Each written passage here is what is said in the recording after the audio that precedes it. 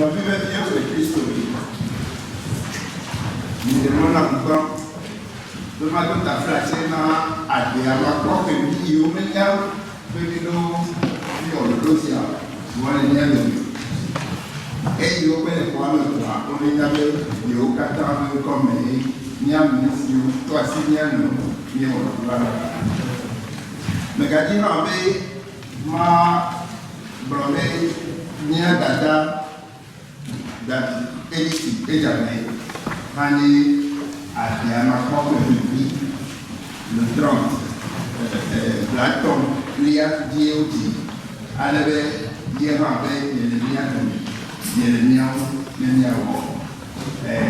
souvent il y a un temps, plus que maman y a vu, il y a mis là. Et pas le docteur en l'air, sur Miama, le fifiable. Magaton coup, à me faire d'autres, le roman, le Yadoni, à terre, pour le vieux, et un ovini, alors pour le Sénat au Tchad. Adiama koke black bo asi kenya tinji eno to ame e ti chama to ame wa e jojo ni mo ade ni a so subo me am de ni d'accord yodi le adia ma koke ni adrelia avec les toilettes et roman il y a ton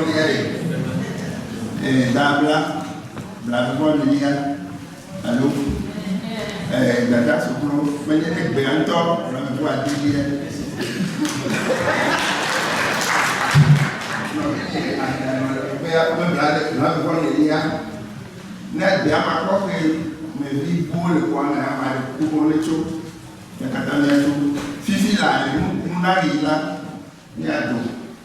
Et il y a tout un avant de tout. Ma d'autres fracturés et il y a une fille mal majoignant. Et comme il y a une minute, avec il y a une commune, ma war. Les messieurs, maman, au centre bleu, mais le type où mettons en lui là, comment nous allons gagner en soif, il y a au soif, on peut vous aider pour être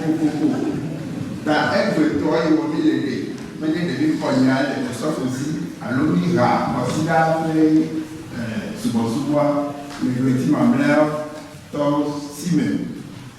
Glétis, UFD, à l'eau. Au profit avec le tir de Kélia, le considère gagné, Mamla de Péano. Et nous donc, nous, au Qatar, dans le Péano, nous, trois minutes, Gaké, le tir, on a eu, il y a, on l'a dit, comment, à Diabako, qui a eu le titre regardé, il fait les dominants, il y a eu aucun job, le péage, tout comme le dit. Mon pourquoi il y a eu bon. Play near the latitude. My supervisor, my exam français annoyé comme le bien. Chers frères et sœurs en Christ, aux yeux de tous, le culte de ce dernier dimanche de novembre 2017 prend l'allure que vous voyez, une allure particulière, parce que co-célébré par les soi-disant natifs d'un même mois. En effet, avec quelques frères et sœurs natifs de novembre, nous avons demandé d'organiser ce service sans aucune autre prétention que de nous mettre ensemble et de nous rassembler autour, de vous rassembler autour de nous en ce lieu de culte pour témoigner notre reconnaissance au Créateur pour nous avoir donné la vie, une famille, une communauté chrétienne. Nous célébrons nos anniversaires dans nos foyers, dans des lieux de joie. Mais pour nous, il apparaît important de marquer cette année dans un lieu de culte. Haut et fort, au nom de mes co-natifs de novembre, à toi mon frère, à toi ma sœur, je suis dans la joie quand on me dit « Allons à la maison de l'Éternel ». Nos pas se sont arrêtés dans tes portes, Jérusalem. Que ceux qui t'aiment jouissent du repos, que la paix règne dans tes murs et la tranquillité dans tes palais. À cause de mes frères et de mes amis, je dirai que la paix règne chez toi. À cause de la maison de l'Éternel, notre Dieu, je fais des vœux pour ton bonheur. Psaume 122.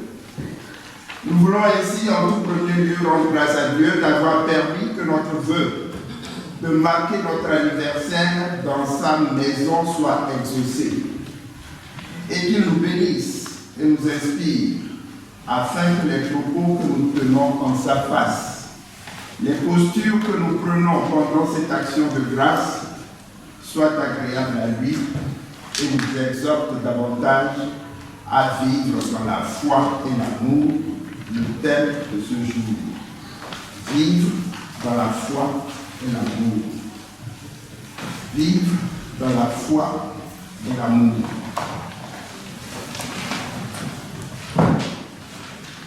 Merci à vous tous ici présents de nous accepter tels que nous sommes et de vous joindre à la louange du Seigneur, à la méditation de sa parole et à l'engagement que nous prendrons de la mettre en pratique dans nos vies.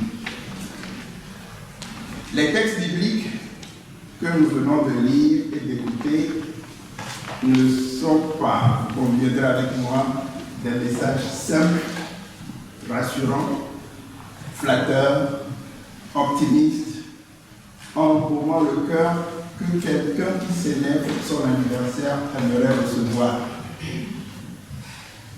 Certes, pour les cadeaux conventionnels d'anniversaire aussi, nous ne sommes pas à 100% comblés. J'ai encore chez moi une chemise qui n'est pas ma taille.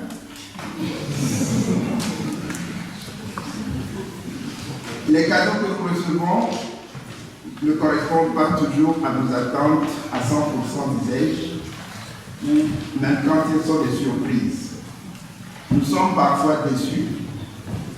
Dans le meilleur des cas, nous nous consolons en nous disant « c'est l'intention qui compte ». Qu'en est-il quand il s'agit alors de l'intention de Dieu pour nous? Imaginons-nous aussi un seul instant qu'il y en a même qui ne reçoivent rien, qui n'ont même pas dans leur entendement l'illusion qu'il existe quelque chose qu'on appelle cadeau d'anniversaire ou bientôt cadeau de Noël. Nous rentrons dans la saison. Des gens à qui personne ne pense pour ces choses-là. Des gens qui ne sont pas dans l'intention de personne à leur connaissance. Chers frères, chères sœurs, c'est une grâce de recevoir un présent, si simple soit-il, si inadéquat soit-il. Donc ce cadeau que tu appelles cadeau de paillon, ce simple coup de fil, ce simple message SMS ou WhatsApp que tu juges insuffisant, c'est une grâce. Quelle grâce encore de pouvoir être entouré dans la maison de l'Éternel pour partager sa parole d'espoir et de vie.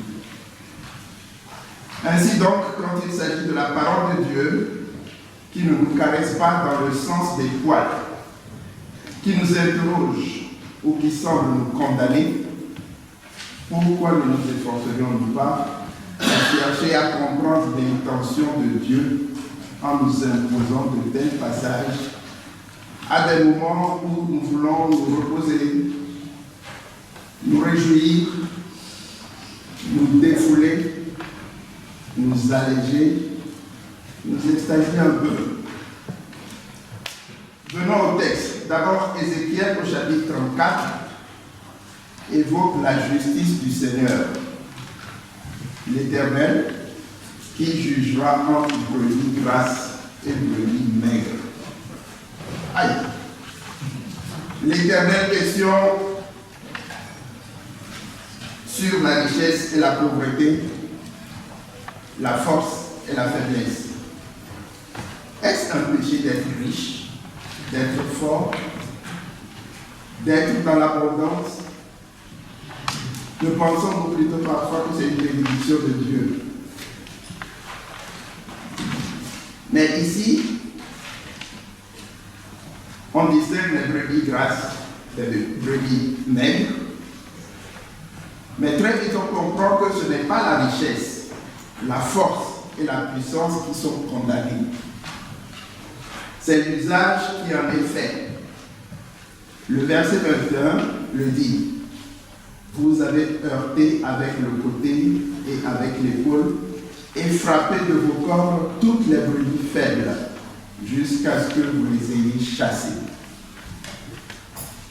Nous devrions applaudir ce juge qui vient protéger les brebis faibles et dépossédées et qui se porte en garant et leur offre un pasteur bienveillant, des pâturages nourrissants, vivifiants et la sécurité d'y grandir en toute sérénité. Très souvent au dehors, nous allons nous présenter comme les brebis faibles que le Seigneur viendra rétablir dans leur droit.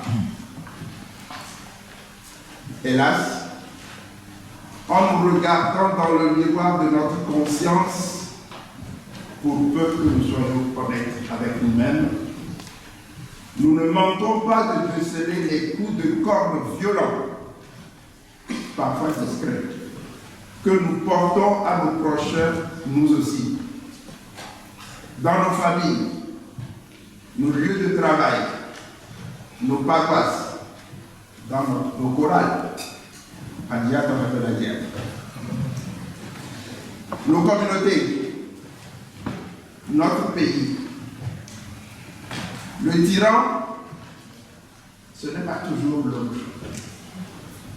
Le dictateur, ce n'est pas forcément l'autre. Le méchant, ce n'est pas seulement l'autre. L'égoïste, ce n'est pas exclusivement l'autre. Nous le savons.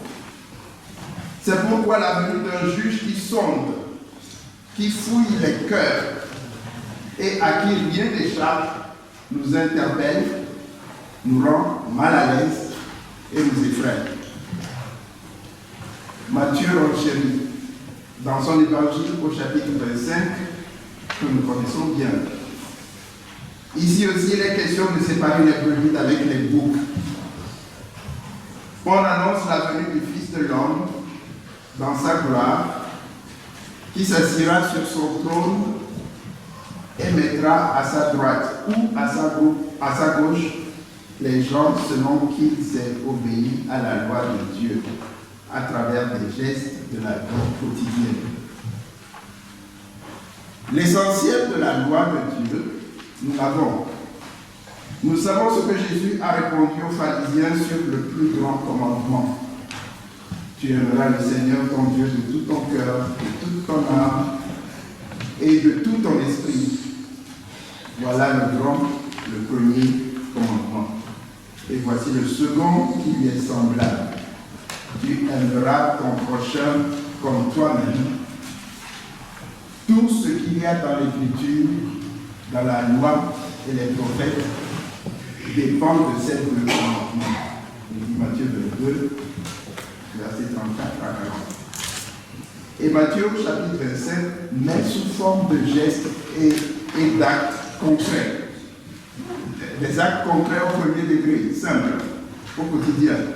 Le sens de ce commandement d'aimer son prochain et d'aimer Dieu. Et quand on le rapporte, ce message de Matthieu, aux béatitudes, on voit aussi des dimensions autres que des dimensions matérielles dans la présentation des gestes quotidiens. Le royaume des cieux est promis aux pauvres, et on ajoute pauvres en esprit.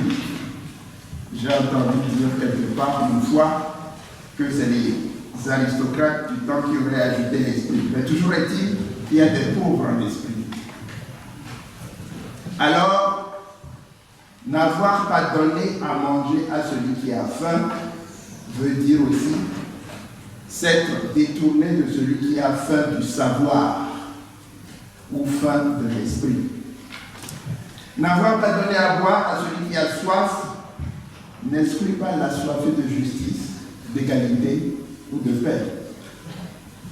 Ne pas avoir accueilli l'étranger comporte toutes ces restrictions aux portes de nos maisons, de nos quartiers, de nos communautés, de nos frontières, même de nos luttes et projets de société. Nous disons, c'est eux autres, c'est eux. Nous reconnaissons un étranger, celui qui veut se joindre à nos luttes de société.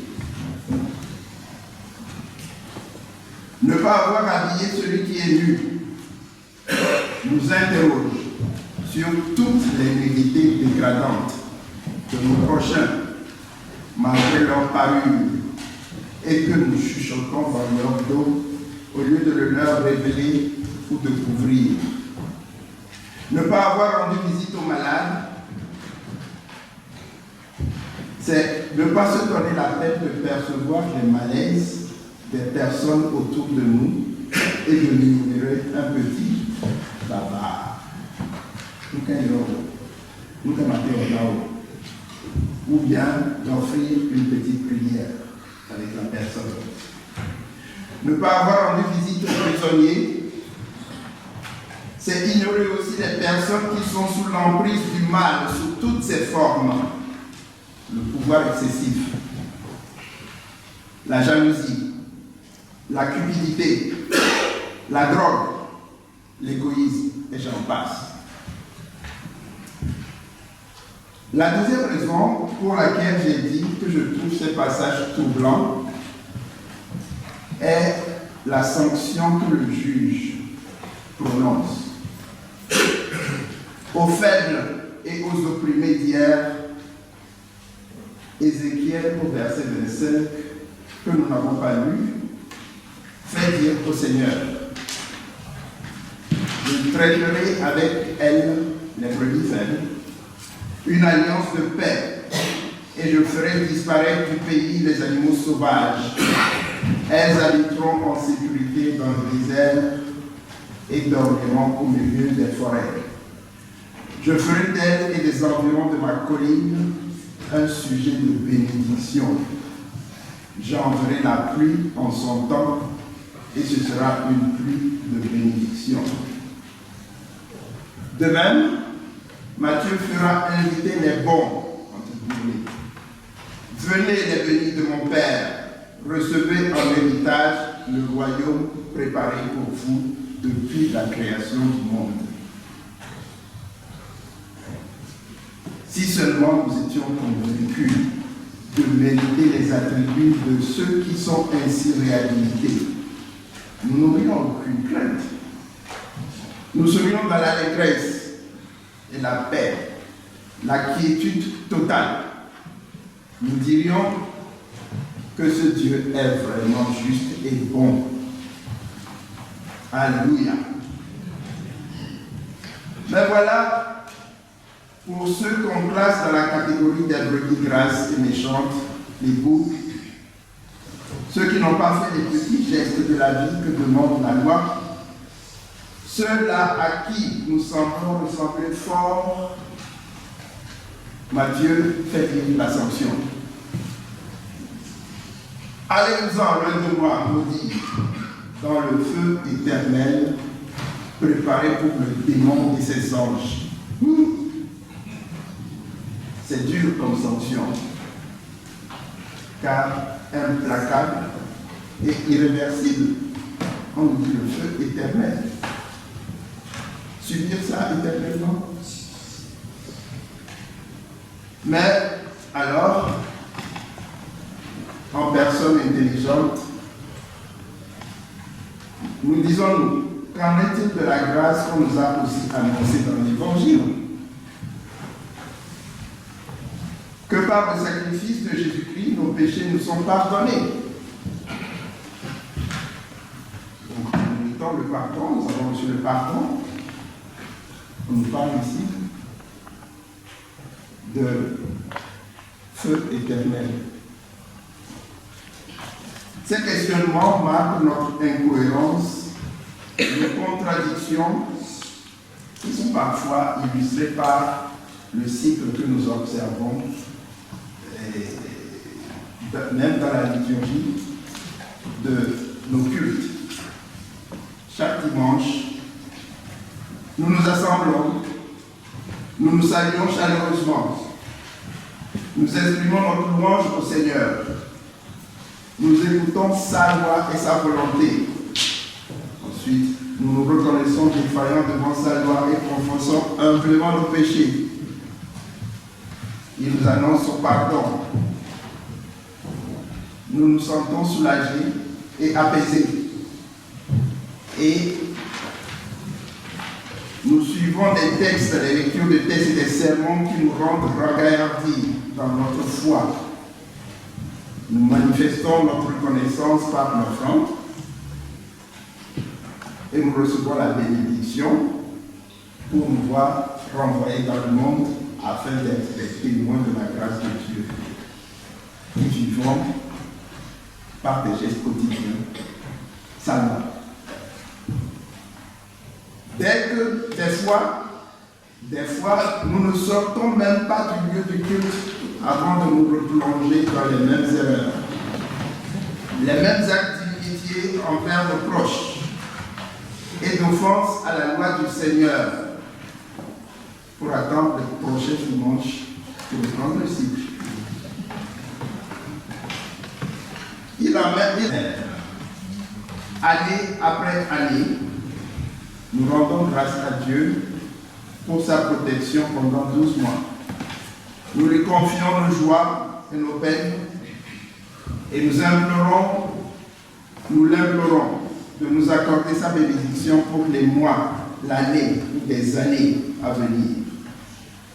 Cet acte de foi est rapidement dilué, éclipsé par les épreuves de la vie et des réussites que nous attribuons à nos propres efforts, à nos propres équations.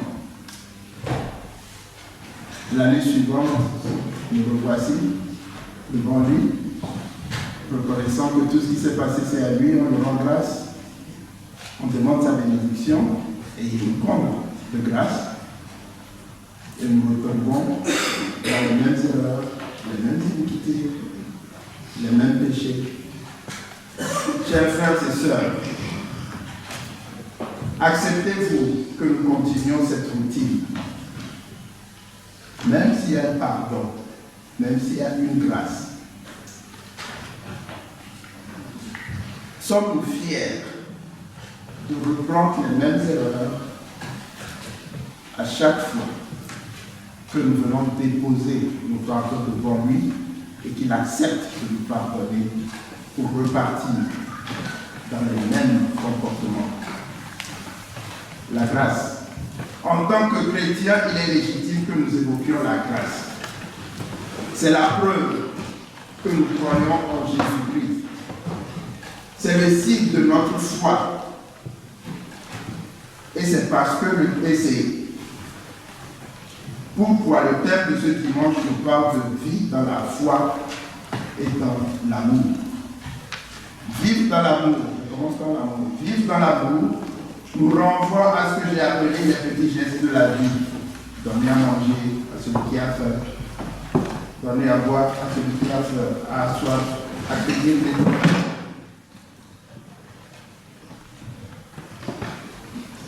Donc vivre dans l'amour nous renvoie à ce que j'ai appelé les petits gestes de la vie qui ont donné accès à des places à la droite du Seigneur.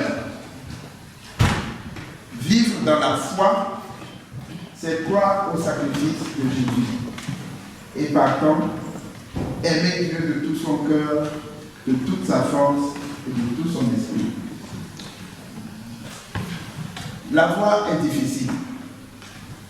Les tentations sont grandes. Le corps cède souvent à la faiblesse.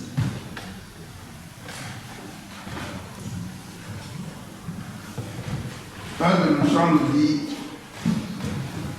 Jésus, mon homme,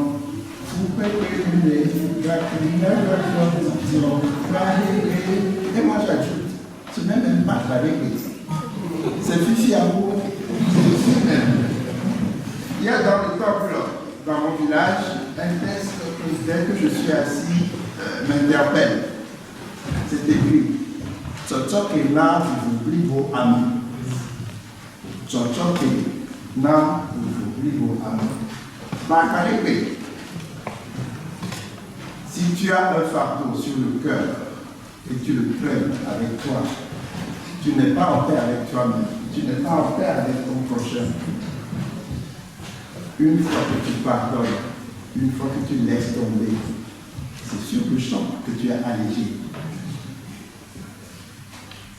C'est tout ce que suivre Jésus comporte et que nous croyons compliqué. La voie est difficile donc,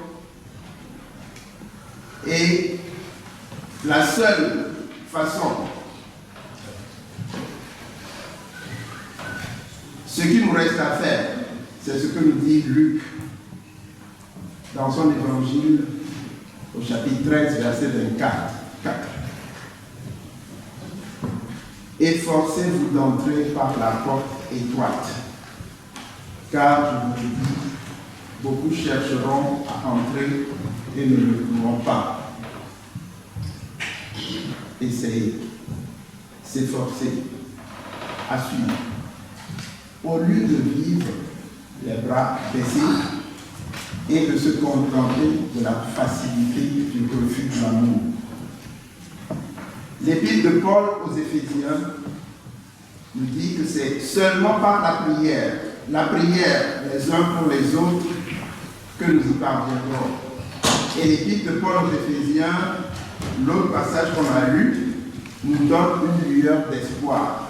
Paul dit, c'est pourquoi moi aussi, ayant entendu parler de votre foi au Seigneur Jésus-Christ et de votre charité, amour, pour tous les hommes, je ne cesse de rendre grâce pour vous, faisant mention de vous dans mes prières, afin que le Dieu de notre Seigneur Jésus-Christ, le Père de gloire, vous donne un esprit de sagesse et de révélation.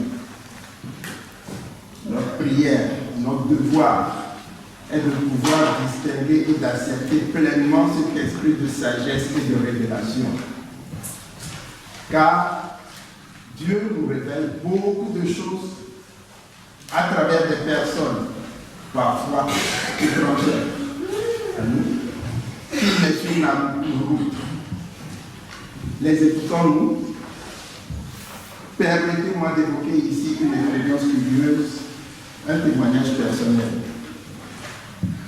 Je sais que dans notre église, nous n'avons pas la pratique de témoignage. Mais je vais me permettre de dire, le texte de Luc que j'ai lu tout à l'heure, c'est le texte que mon frère aîné, qui n'est plus là, a tiré le jour de sa confirmation. C'est le texte qu'il a tiré le jour de sa confirmation. Et c'est, tu le connais. On était au CM2 et un élève ça disait, mais brille, il est à Bila. Et nous ne comprenions pas trop ce que ça voulait dire. Mais plus tard, nous avons compris. Un autre texte que je vais évoquer, c'est en 90, j'étais affecté comme professeur à Amlani. Et une dame que je croisais au culte chaque dimanche m'aborde un dimanche et me dit, ah, depuis 4 dimanches, on ne s'est pas vu. Je ne sais pas, on ne se connaît pas. Depuis 4 dimanches, on ne s'est pas vu. Mais j'étais quelque part en train de prier et on m'a envoyé vers toi. On m'a demandé de te dire de lire le psaume 40 et le cantique 40. C'est dans le temps. Ce Ce cantique est devenu le cantique 30 aujourd'hui. Et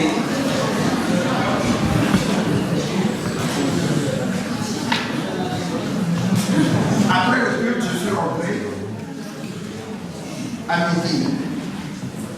J'ai mangé et vers le soir, après la sieste, je me dis, tiens, cette dame m'a dit de dire quelque chose. Et je suis parti lire les passages qu'elle m'a indiqués. Le psaume qu'elle m'a demandé de lire, c'est le psaume que moi j'avais tiré lors de ma confirmation en 1969. Je vous dis, j'étais en 90. On parle de 90. En 69, j'ai failli avoir ma confirmation. C'est raté. Et lors de ce groupe de confirmation, on nous a appris le cantique 30. Mais 2 semaines avant la confirmation, on m'a envoyé de la confirmation parce que je n'étais pas dit. Je ne vous dis pas celui qui m'a renvoyé. C'est mon père. C'est mon père.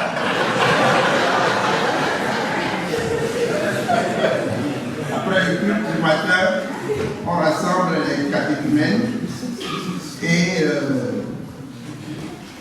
à ma grande surprise, j'entends dire mais ça pour Gola Méon. Il n'est pas prêt parce que les peuples faut venir à la semaine. Je suis bagarré avec mon frère, étant plus faible que lui, j'ai déchiré sa chemise. Et mon père m'a renvoyé. Il a dit plus jamais allez avec votre confirmation là. 7 ans après, j'ai décidé quand même de retourner et c'est en ce moment-là que j'ai tiré le psaume 40. Comment se fait-il qu'une dame qui ne me connaisse pas me dise à 90, on m'envoie chez toi pour lire le psaume 40 et lire ce cantique? Ce pourquoi je le dis, c'est parce que des années plus tard, j'étais devant une épreuve de la vie, un choix critique. J'ai demandé à Dieu, montre-moi un signe pour que je fasse le bon choix. Et qu'est-ce qui s'est passé? Le jour là, je suis venu au culte dans ce temple. Et la prédication tournait autour de ce texte. Et quelqu'un faisait une action de grâce et a demandé ce cantique. J'ai dit, j'ai trouvé ma réponse. J'ai fait le bon choix. Passons. Je me suis permis de partager cette expérience avec vous pour dire que ne pas donner à manger à quelqu'un qui a faim est une faute. Ne pas écouter aussi le projet qui nous parle pour déceler ce que le message que Dieu veut nous porter est aussi dangereux. Dieu fait de grandes choses pour nous, nous tous ici réunis. Pour nous, les natifs de novembre, il a fait de grandes choses pour moi pendant 60 ans.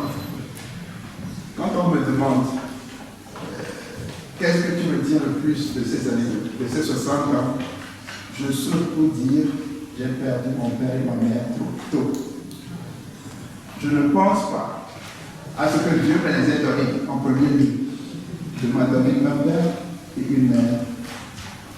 Dieu m'a aidé à ce qu'il me donne une éducation dont j'en suis fier. Ça, je l'ai toujours. Je ne parle pas de ma compagne que tu m'as donné. Je ne parle pas du boulot que j'ai, les gens cherchent du boulot. On pense trop vite au négatif, à ce qu'on n'a pas, alors qu'on est béni. Donc Dieu nous a fait de grandes choses.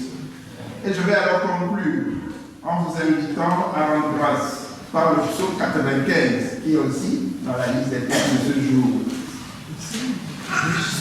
Psaume 95, versets 1 à 7. Venez, chantons avec allégresse à l'Éternel. Poussons des cris de joie vers le rocher de notre salut. Allons devant de lui avec des louanges.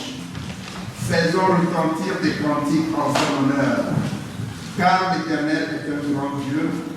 Il est un grand roi au-dessus de tous les dieux. Il tient dans sa main les profondeurs de la terre et les sommets des montagnes sont à lui. La mer est à lui, c'est lui qui l'a fait. La terre aussi, ses mains l'ont formé. Venez, prosternons-nous et humilions-nous, fléchissons nos genoux devant l'Éternel, notre Créateur, car il est notre Dieu. Et nous sommes le peuple de son pâturage, le troupeau que sa main conduit. Oh, si vous pouviez écouter aujourd'hui la voix du Seigneur.